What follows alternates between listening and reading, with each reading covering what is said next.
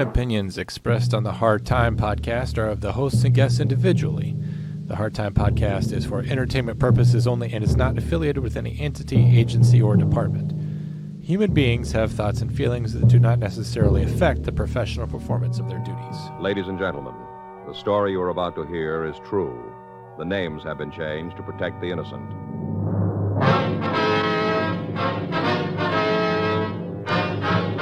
An inmate attacked a correctional officer in St. Louis County this week after he refused to go back to his cell. This is what we have to deal with, inmates like that. Everybody has an opinion, about what goes on and stuff in here, but 9 times out of 10, if anybody that has anything negative to say about a correctional officer, they never even been in the facility, never been inside of the jail. They have 24/7 to sit there and come up with ways to outsmart. So they always want to try, but we've got to be proactive. Still remain professional and do a job. Officers being praised for their quick actions. Lake County Sheriff says, quote, they are heroes in my books. Regular day at the office.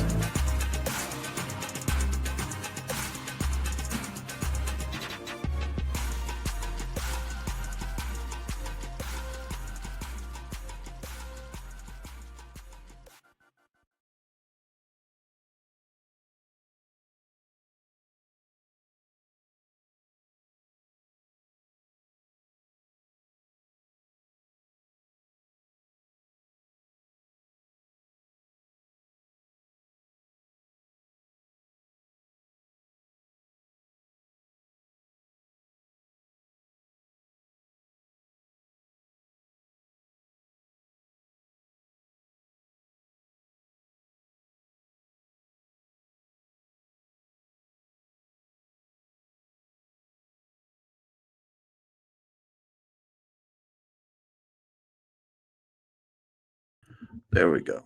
Sorry. Still getting used to doing this whole live thing. So welcome to Hard Time Live. Like I said, I'm Jake Motherfucker Welder. Got one listener already on Instagram. One person joined our live. We're live also. Should be live on YouTube as well. So thanks for joining me.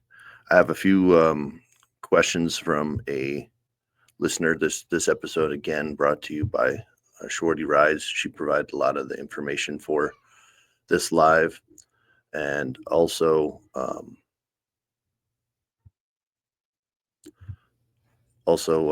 Brittany Falconerator. She added a news story. So why don't we get to that one first?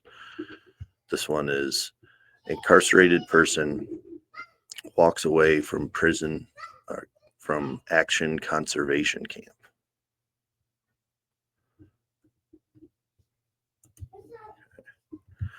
So California Department of Corrections and Rehabilitation officials are searching for an incarcerated person who walked away from Action Conservation Camp in Los Angeles County Tuesday, January 28th, 2025. At approximately 9:15 p.m., staff discovered camp participant Jesse Meza was missing from the camp during a head count. Staff immediately initiated an emergency count, confirming Meza was not at the camp. Within minutes, agents from CDCR's Office of Correctional Safety were directed to locate and apprehend Meza, and notification was made to local law enforcement. Meza, 38, was seen wearing gray shorts and thermals, white tennis shoes, and a state-issued orange jacket. He is 5 feet 5 inches tall and weighs 159 pounds. He has black hair and brown eyes. Meza was received from Kern County on March 11, 2022, to serve 16 years for assault with a firearm and enhancement for use of a firearm while possessing a firearm as a felon, both second strike offenses and vandalism. So CDCR asks anyone who sees Meza or has knowledge of his whereabouts, contact any law enforcement agency, call 911 or Special Agent Brian Ellis at 951-232-3696.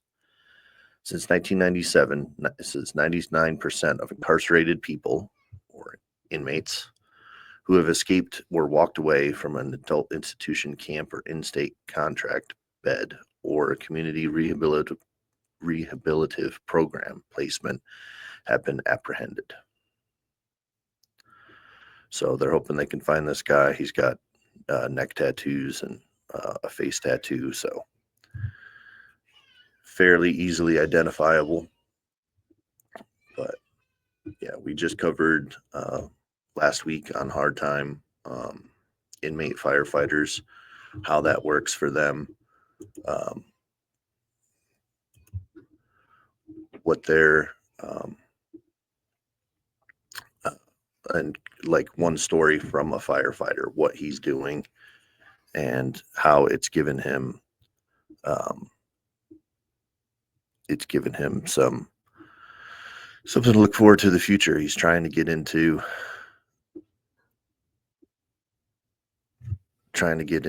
possibly doing firefighting outside of jail. So that's good.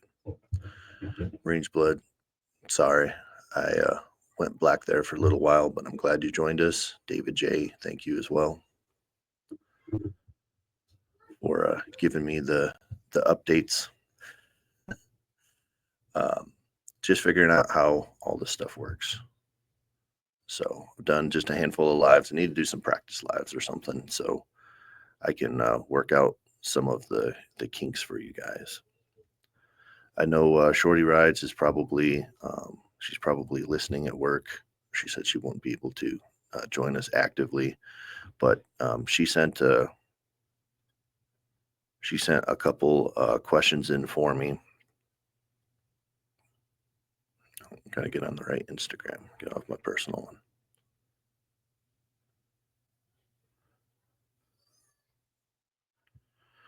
One of the ones she asked if I planned on retiring from corrections, and as of right now, I have like a third of the time vested that I need to in order to retire. So it's possible that's what I'll do, or I could transfer to something else within the agency that I work for. They do have other options. You know, if you have county or state jobs, you can transfer into other things. So I'll never rule that out. It might be something that I can do, but we were talking a little bit about just the job and what it's like working and stuff. And I said, you know, I'll put up with a lot as far as the job if it means that my community members aren't putting up with it. So, you know, we keep people away from their victims, at least for a short amount of time.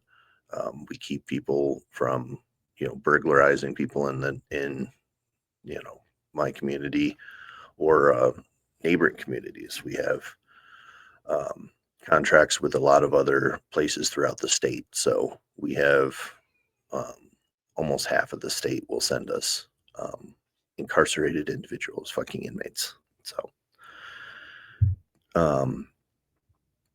see, she had like 4 questions for me here. I just got to scroll back up to it.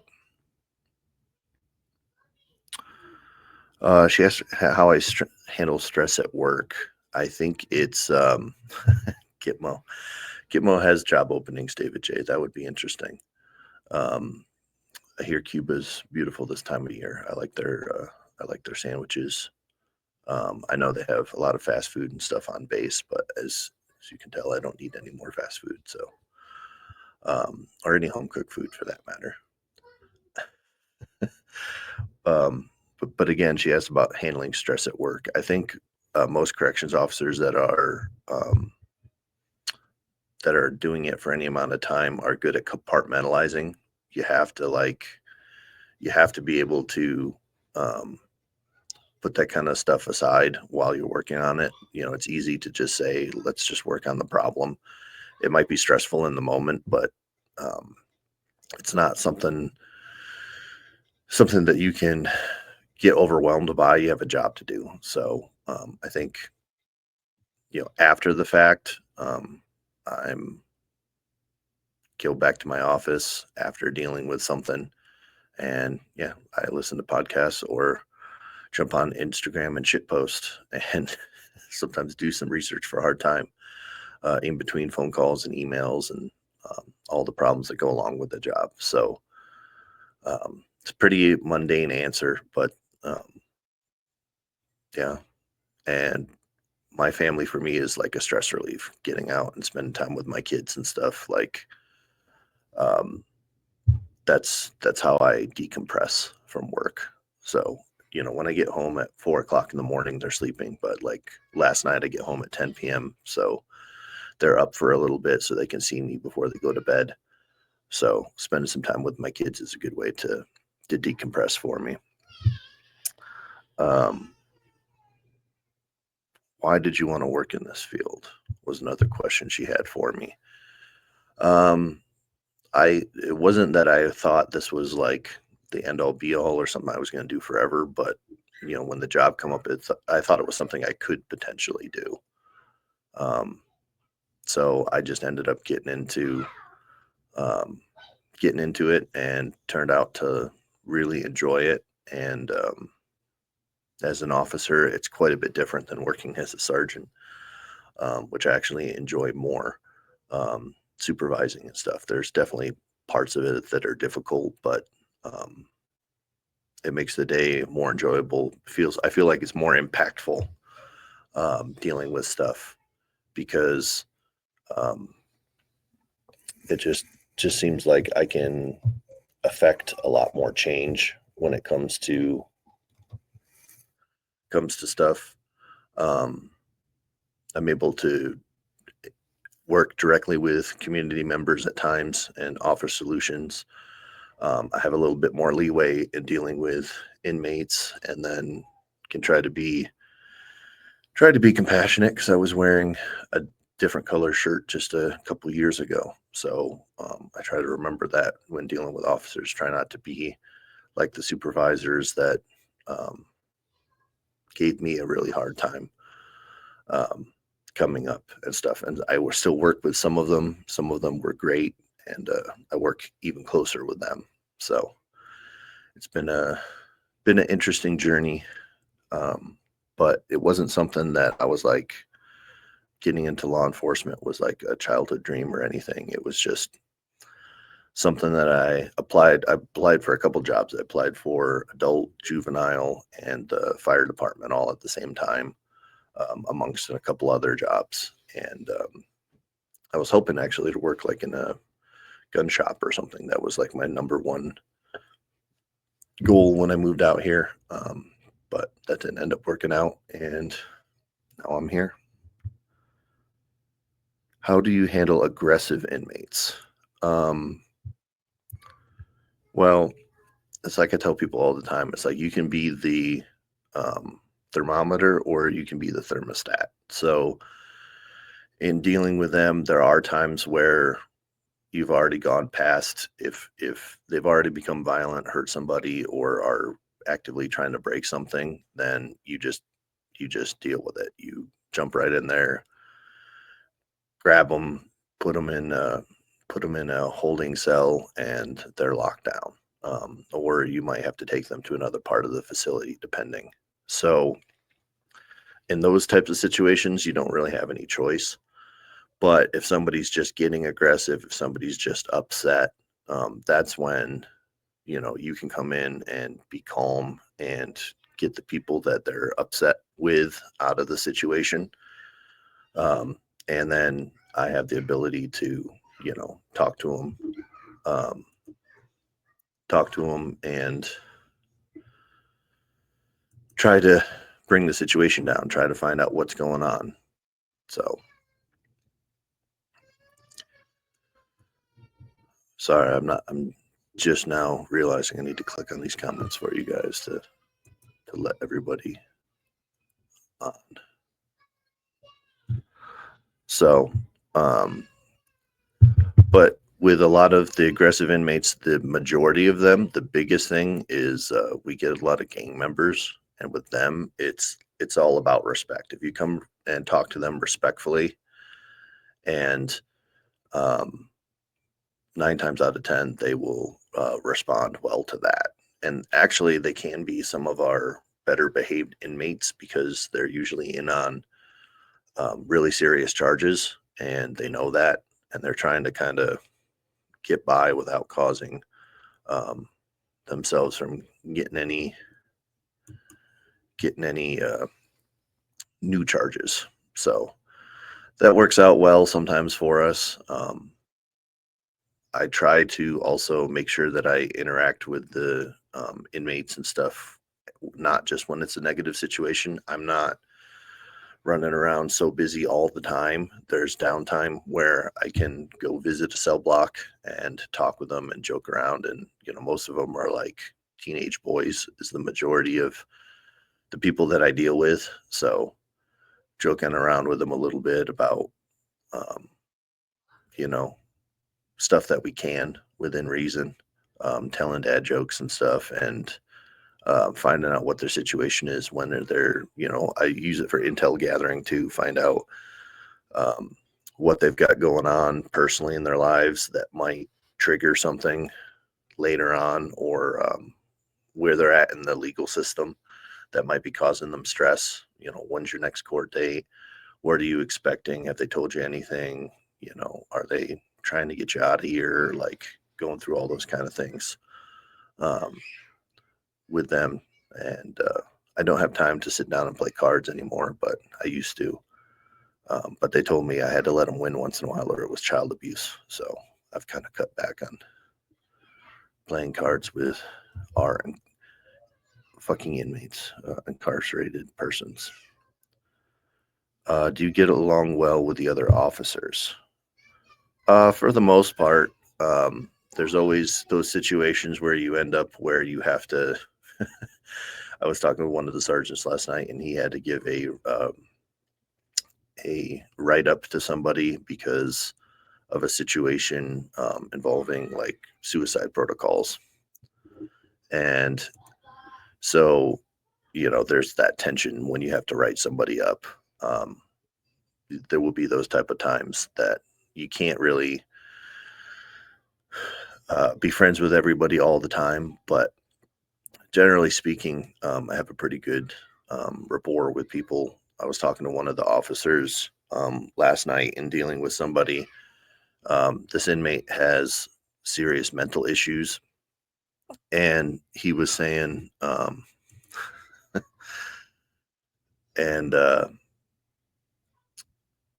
they he was dealing with him. The guy was extremely upset to begin with, and he was able to calm the situation down after a little bit of negotiation with him, and he was able to work it out where it didn't end up being like a serious rule violation. Everything was calmed down, and the officer thanked me because we dealt with this situation before, and I try to leave it in their hands, like as far as how far the punishments and stuff will go, because they're the ones in there dealing with the inmates.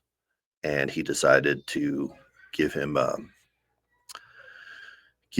a break, and it worked out well for him. So those are things that I've done before previously, and the officer was thankful that I listened and kind of gave him the leeway and then allowed him to do that, because some people micromanage a lot more with officers. They tell them, you have to do this, you have to do that, and I try to give them a little bit when possible.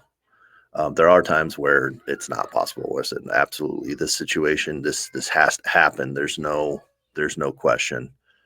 In a serious situation, we've got to deal with it. But if it's something that is kind of on the fence, try to give them an opportunity.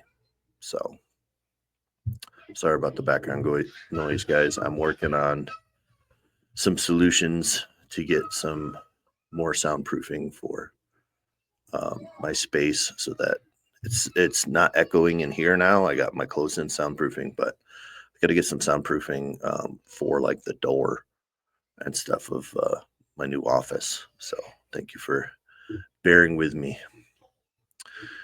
We have some more, again, stuff from Shorty Rides. We have Fremantle Prison. There was a lot of stuff that we didn't cover in the episode that we just didn't have time to get to everything. So I'll see if I can share a couple. We have a couple escape stories And then we have a little bit more of the history. So maybe we'll start with the history of Fremantle Prison, and then we'll go from there. Also, I want to acknowledge over here Instagram. We have Elijah, Type 93, the Mama Martha, and Kizette have joined us. So want to acknowledge you guys that are over on Instagram as well. I see you've joined. I don't see any comments or questions. If you guys have any questions that you want to add, you can DM me or just throw it up in the comments, and we'll throw it up there. So, and Tyler, I have the frosted honey bun at home with a little bit of cinnamon. So I don't have to go shopping in the back, thankfully. So my needs are more than well adequately taken care of. So the Swan, the history of Fremantle Prison. This is from the Little House of Horrors. Is the publication or the website that this is from. They go on to talk about some ghost stories and stuff that were there for Fremantle Prison, but it gave a pretty interesting synopsis of what happened or how this came about, this facility. So it's the Swan River Colony, later named Fremantle, was established in 1829 as a free settlement. By the 1840s, as the settlement flourished, there was a need for cheap laborers. As a result, the colony accepted some British convicts to come to Australia to work. So initially, this colony differed from the other penal settlements as Norfolk Island and Port Arthur. There were only, or is it Norfolk? There was only one problem. The colony roundhouse, which was built around 1831, was completely full. So when the first ship with the British convicts arrived in Western Australia, all 75 of them were forced to stay on board the Sidian. The Sidian was a British ship that was considered to be the first convict ship to travel to that part of Australia. So we've talked about prison ships before on the show. But those were, I think a lot of them were British and some of them were American. So a new prison was built. To house all the British convict laborers, a new prison was to be built. In 1851, the start of construction began. The first convict was welcomed in 1855. Back then, the prison was simply known as the Convict Establishment, and it was renamed Fremantle Prison in 1867. The design for the Fremantle Prison was based on the English Pentonville Prison. Although the Australian building was much bigger, the main cell block alone could house up to more than 1,000 convicts. At first, the convicts at Fremantle were generally short-sentenced prisoners of good character, but soon less desirable convicts were sent. Eventually, in the 20th century, most convicts at this prison were violent offenders serving long sentences. Discontent among the prisoners.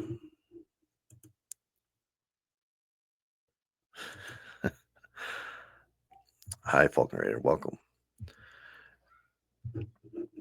As the offenders grew more violent and more dangerous, the less freedom they got in the beginning. The convicts were sent off working on infrastructure and construction jobs, such as building the Fremantle Asylum, now known as the Fremantle Arts Center. Isn't that very progressive? They built this in 1867. Because of their violent nature, the convicts were no longer allowed to work outside, and jobs needed to be found inside the prison complex. There were some workshops, but not enough to employ all convicts. The convicts weren't happy about this. There were several riots. 8 of these riots got pretty out of hand, especially in the Fremantle Prison Riot of 1988. Prisoners have started a fire and taken 15 hostages. In the end, nobody got hurt, but the prison was severely damaged. It did get hurt. One person did get hurt. Somebody broke a hand, broke an arm there. So Hi, Falk. Everybody's saying hi to Falcon Raider. Punishments and executions. The original roundhouse, which served as a prison and a courthouse. Sorry, this monitor is giving me issues. I'm going to move it over here for now. The prison and courthouse also served as a place for public executions. This remained the way until Fremantle Prison came under local control in 1886. Then the gallows were constructed. It was completed in 1888. Fremantle Prison was the only place in Western Australia where executions were allowed. Here, 43 men and 1 woman were hanged between 1889 and 1964. The first person to be hanged at Fremantle Prison in 1889 was a murderer named Jimmy Long, and the last person was a serial killer, Eric Edgar Cook, also known as the Night Caller or the Nedlands Monster, in 1964. In Australia, the capital punishment was abolished in 1984.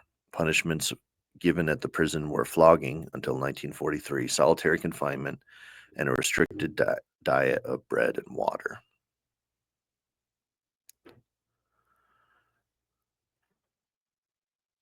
Okay, and then this gets into a few of the people who were at Fremantle Prison who were held there.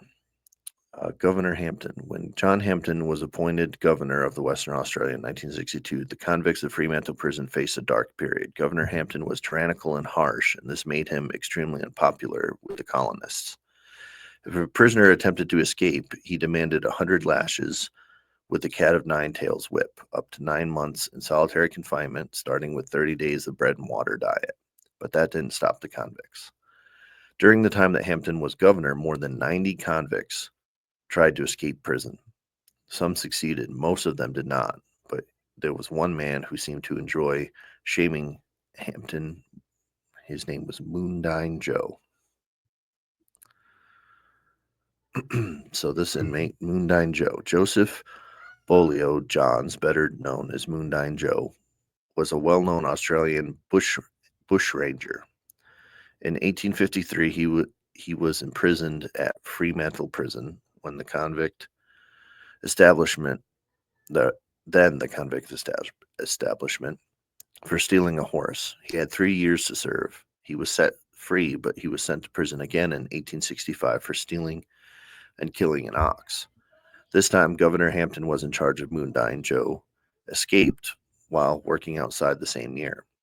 He was captured and his imprisonment was extended by 1 year. 1 year later, he attempted to escape again. Once again, he was discovered. 5 more years were added.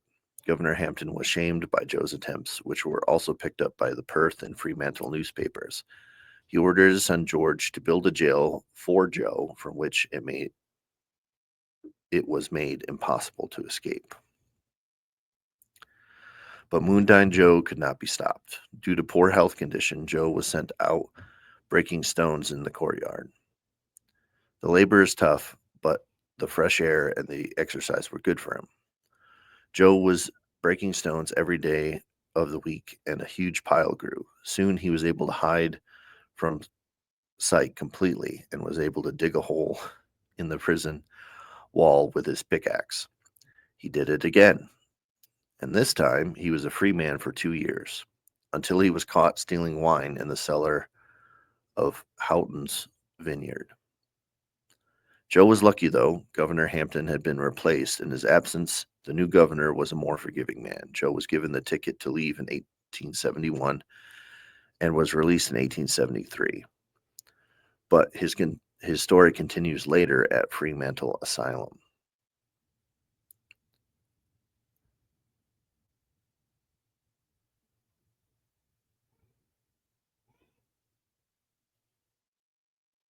So I guess it says it continues at Fremantle Asylum, and then it doesn't pick back up.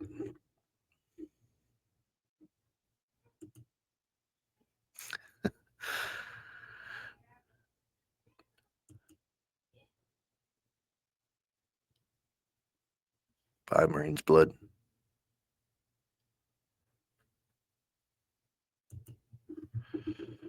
Okay. So And then it gets into, some of the ghosts and stuff supposedly there. So maybe we'll save that for another day. We can get into a few more of the escapes then. So some of these are a little more modern than the 1860s. This one is from the FremantlePrison.com.au. So this is from their history and heritage portion of their website. This is one of the most audacious escapes occurred in 1972. It took almost 12 months to plan and involved 3 prisoners. Owen Hooper, who's over here. Owen Hooper, William Cabalt, and Stanley Stone. Hooper was a talented electronics technician whose skills were employed by the prison authorities. Cabalt was his assistant, known as the Luxury Man. Stone looked after the prison canteen and shared a cell with Cabalt. Hooper and Cabalt were put in charge of the prison radio studio located in the Division 4 cell. From here, they were able to broadcast programs and music that prisoners could listen to in their cells. They also had a cell next door equipped with a workshop in which they carried out electronic repair work for prison staff and charitable organizations. In 1971, Hooper and his assistant were required to do some work in the prison hospital, relocating several telephones. Hooper used his skills to tap into the hospital telephone system, running the line to the radio cell in Division 4. He then constructed a telephone from spare parts and electronics workshop. Hooper and Cabalt used the device connected to the line to the hospital to make phone calls. They telephoned radio stations and made music requests. They contacted a social worker and had a number of lengthy conversations. Hooper gained permission from the prison authorities to join a French government weather balloon tracking project. He then constructed a receiving set that he could monitor signals from the weather balloons. Hooper claimed that interference from the radio studio made the monitoring difficult and convinced prison administration to let him have another cell on the top floor of the new division. He then moved their secret telephone from the main cell to the new division. At this stage, Stanley Stone joined 2 others in their plot to escape. On a dark, rainy morning in July 1972, the trio broke a hole in the ceiling on the top floor in New Division and went into action. They clambered through the ceiling to the end of New Division and broke a hole through the new asbestos roof on the western side. The prisoners, now out in the open, were in view of the armed guard on the perimeter and the number 2 gun post less than 50 meters away. Using his homemade telephone, Hooper rang the guard saying, "Gate officer here, some suspicious activity has been observed near the back of the carpenter shop. Keep an eye on it for the next few minutes." That was enough to distract the officer so that the trio could get to their ladder, made from plated telephone cable, on the hooks of the metal conduit from the new division roof to the perimeter wall. Crossing the bridge, they descended down the opposite side of the wall in Knutsford Street to the waiting getaway car, previously using their illegal telephone. They were caught 3 months later and returned to the prison in October 1972. It is believed they hid out with the assistance of the social worker Hooper had made contact with the previous year. So that's pretty clever, being able to use a phone to be able to contact those people and distract the guard with the prank call. This next one was called the Rubbish Truck Heist Story. On March 24, 1989, 2 prisoners, Stephen Burnett and Peter Boyd, were in Fremantle Prison for armed robbery. Were on sick parade at the prison hospital. At around 10 a.m., a garbage truck paid its weekly visit to collect the rubbish from the hospital kitchen. The prisoners used a knife to overpower the driver and commandeered the truck. They drove the truck across the east bank and rammed the metal gates on the south wall. On the fourth attempt, they managed to break through by taking the gates partly off the hinges. The guard of the number 3 gun tower fired on the truck, shooting out the front tires as the truck was reversing into the street. The prisoners drove the truck south along Hampton Road, less than a kilometer to Ray Avenue, where they abandoned it in the middle of the road.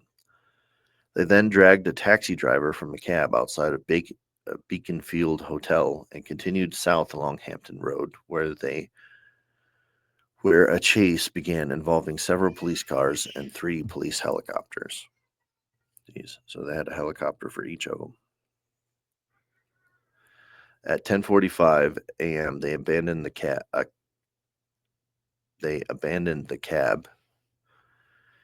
in Yangbipup. I guess that's a Yangbipup, taking to Bushland near the railway line. Police caught Boyd, but Burnett, who was armed with a carving knife, evaded them.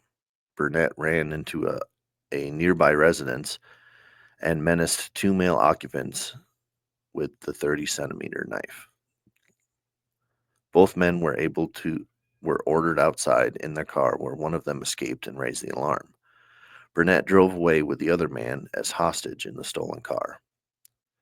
Police lost track of their vehicle for more than an hour, but at 12:40 p.m. it was seen in Kelmscott. Detectives chased and stopped the stolen car in a side street off Albany Highway.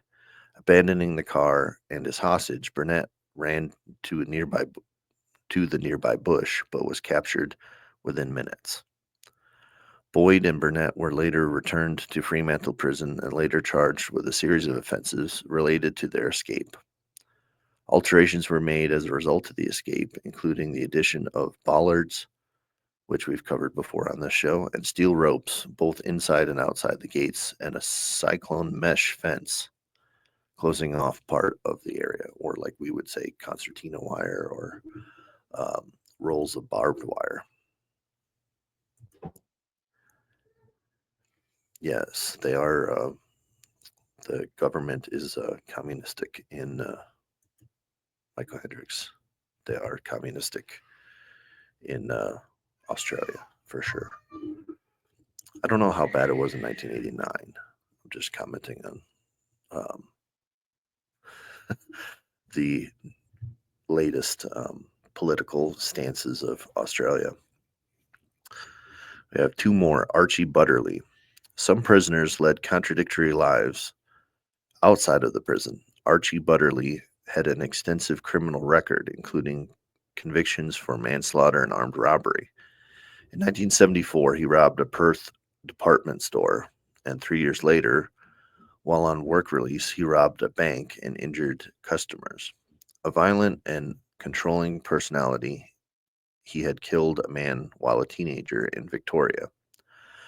However, while in Fremantle Prison, he was described as intelligent and charming. He wrote reams of prose and poetry and attended Murdoch University as an external student. In 1980, he and his cellmate, Stephen Booth, attempted to escape cell E35 by digging a hole in the wall of their cell. They emerged the adjacent cell E36, and then they dug through to the Catholic chapel. They removed a metal-framed window and dislodged a bar from the opening. Butterley climbed through the and shimmied down a drain pipe to the roof of a walkway 2 blocks below. Unfortunately for him, he fell on the roof of the parade ground and broke his foot. Meanwhile, his companion panicked and returned to his cell. Realizing he would be unable to escape on a broken foot, Butterley hobbled to the stick officer's hut in the parade ground and turned himself in. When later questioned by the parole board as to whether he was reformed, Butterley answered, "I am a professional criminal, and I will never get let out." Regardless, he was later released and soon arrested again in the eastern states, trying to rob another bank. In 1993, Butterley escaped from Melbourne Remand Center with fellow prisoner Peter Gibb. with the help of Gibbs' lover, prison guard Heather Parker. The three were found later at after a massive manhunt, and Butterly was shot dead in a shootout with police. Who actually shot Butterly remains a mystery. At the inquest to the death, the coroner reported whether Butterly took his own life, firing a limited number of rounds at police, or shot by Gibb or Parker will essentially remained unanswered. And our last one, see if we have any more.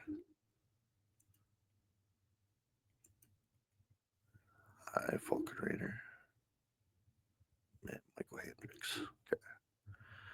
The Postcard Bandit. Brendan Abbott, one of Fremantle Prison's most notorious prisoners, was arrested and found guilty for armed robbery offenses in 1987. 2 years later, Abbott, who and two companions escaped from the tailor shop in the West Workshops. Dressed in self-made prison officer uniforms, they climbed into the air conditioner duct and through the ceiling of the roof. They leapt from the armory to the perimeter wall of the superintendent's office.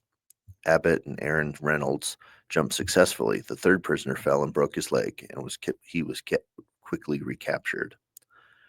In the next 5 years, Abbott committed numerous armed robberies across Australia. Australia's most wanted criminal was recaptured in Queensland in 1994. He escaped from Brisbane Gaol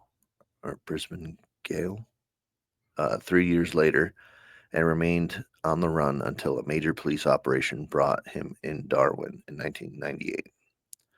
During the pursuit, police found photographs of Abbott and Reynolds relaxing in holiday mode at tourist locations and outside Dwellingup police station. The tag Postcard Bandit was a media invention. Followed false reports that Abbott was sent teasing postcards and photos to police while on the run. Abbott is presently serving a long-term sentence in a Queensland maximum security prison, so hopefully he's still there.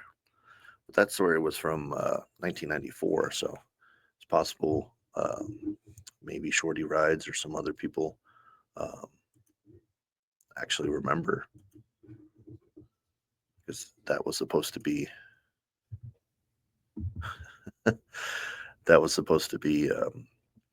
one of the most famous armed robbers there in Australia. So this would be a little bit of a shorter live. I just wanted to, Gaol. Gaol is pronounced jail. Okay. Thank you. I was thinking of like it's pronounced ghoul in Gaelic. So I'm a little confused here. I'm sure I butchered quite a few of the Australian towns and people's names and stuff. So this episode is live, but we will also I will also release it on our YouTube, so you guys can watch it later, or also on Spotify for people to listen to later. So just let your friends know. We're trying to grow the channel, so let people know if they haven't heard of Hard Time. Let them give us a listen. This will be, like I said, a little bit of a shorter episode, but I appreciate you guys jumping on with me today. Appreciate Shorty Rides giving me the subject matter. I know we got into a little bit different than just the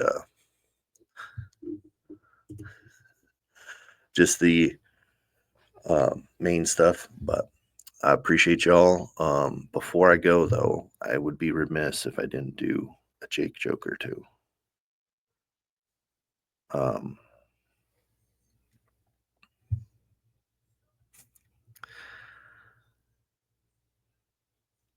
This one is not in the form of a question. It's a statement. It says, I was arrested for drinking battery acid, but I wasn't charged.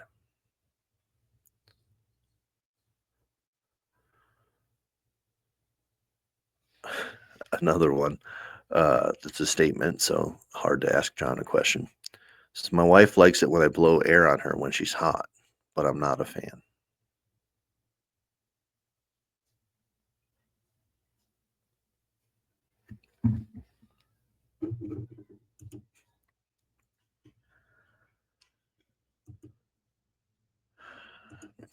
Tyler, I used to do Jake jokes daily. I used to release a lot of them on the Instagram, um, but it wasn't terribly popular. People seem to like the clips from the show and some of the media clips that, like I said, I've said before, my PTSD likens a lot of pop culture to um,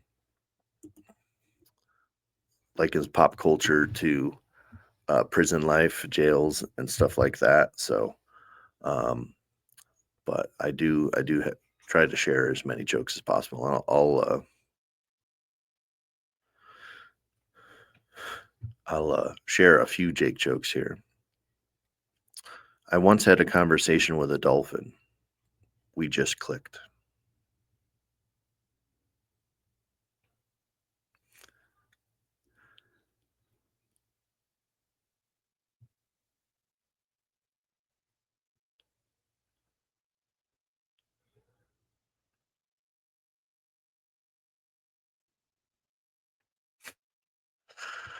Yeah, I have one here from Steve Wiltz. I'll share this as the last one. It says, today I found out that my best friend's wife left him because he spent all their money on a penis enlarger.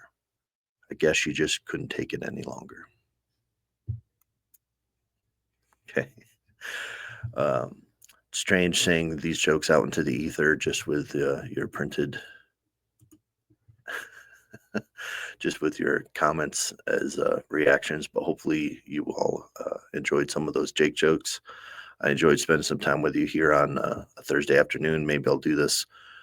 This is one of my days off, so maybe I'll do this a little bit more regularly now that I have a studio and space to do this. And like I said, I will continue to work on the soundproofing to save everyone's ears. So I appreciate you all, and we'll catch you around here next time. If you have any ideas for stories, even if it's just a subject or like an inmate or a jail or something that you want to hear more about, and I could do some more research, like in this case, I'm pretty open to DMs. I'm pretty available on Jake Motherfucker Welder at Instagram. So that's the easiest way to get a hold of me.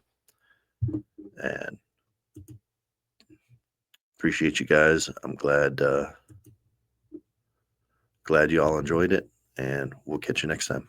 We'll be releasing a new episode tomorrow, and I haven't recorded that yet with John, so we'll see what subject we cover, and then we'll be re-releasing episodes on Monday. So thank you all for subscribing. My children appreciate the beers. Foxy, I did talk about the escaped firefighter. I talked about at the beginning of the show, so you can go back and listen. Okay. Don't know who the poster bandits are, but I appreciate y'all. I'll catch you later.